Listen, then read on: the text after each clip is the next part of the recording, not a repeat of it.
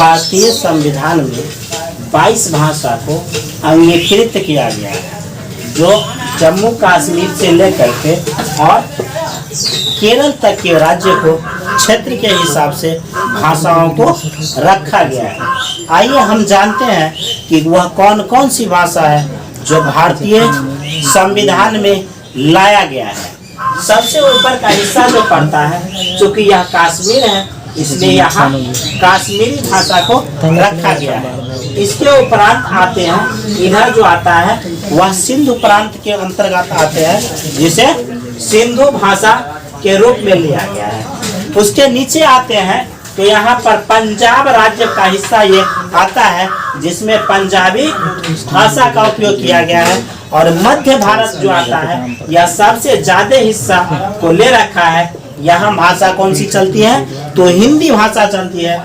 और इसके बाद जो आता है, ये सारे हिस्सा जो आता है वह बांग्लादेश यानी बंगाल है। और यहाँ जो चलती है वह भाषा क्या है, तो बंगला है। और बंगला के उपरांत ये वाला हिस्सा जो आता है वह बंगाल पड़ता है, और यहाँ बंगाली भाषा बोली जाती है। और यह वाला हिस्सा जो आता है वह आसाम है, और आसामी भाषा वहाँ बोली जाती है। इसके बाद जो आता है यहाँ उड़िया है, और उड़िया है यानी उड़ीसा, और उड़ीसा में उड़िया भाषा का इस्तेमाल किया जाता है। और ये वाला हिस्सा जो देख रहे हैं यह गुजरात पड़ता है, जो गुजराती भाषा वहाँ इस्तेमाल किया जाता है। और यह महाराष्ट्र है, मराठी भाषा बोली जाती है, कन्नड़। इसके बाद आता है कन्नड़ आता है, और तमिल आता है, तेलुगु आता है, और मलयालम आता है।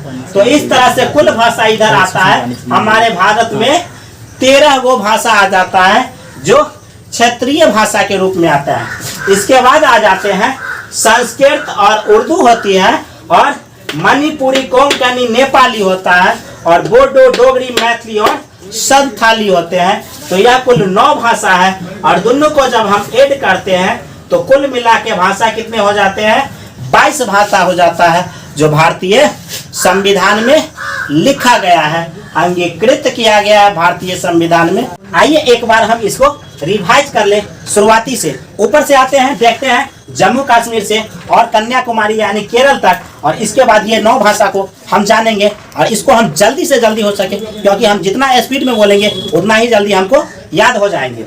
तो पहला भाषा आता है कश्मीरी, सिंधु, पंजाबी, हिंदी, बंगाली, असमी, उड़िया। और इसके बाद आता है गुजराती, मराठी, कन्नड़, तमिल, तेलुगु, मलयालम।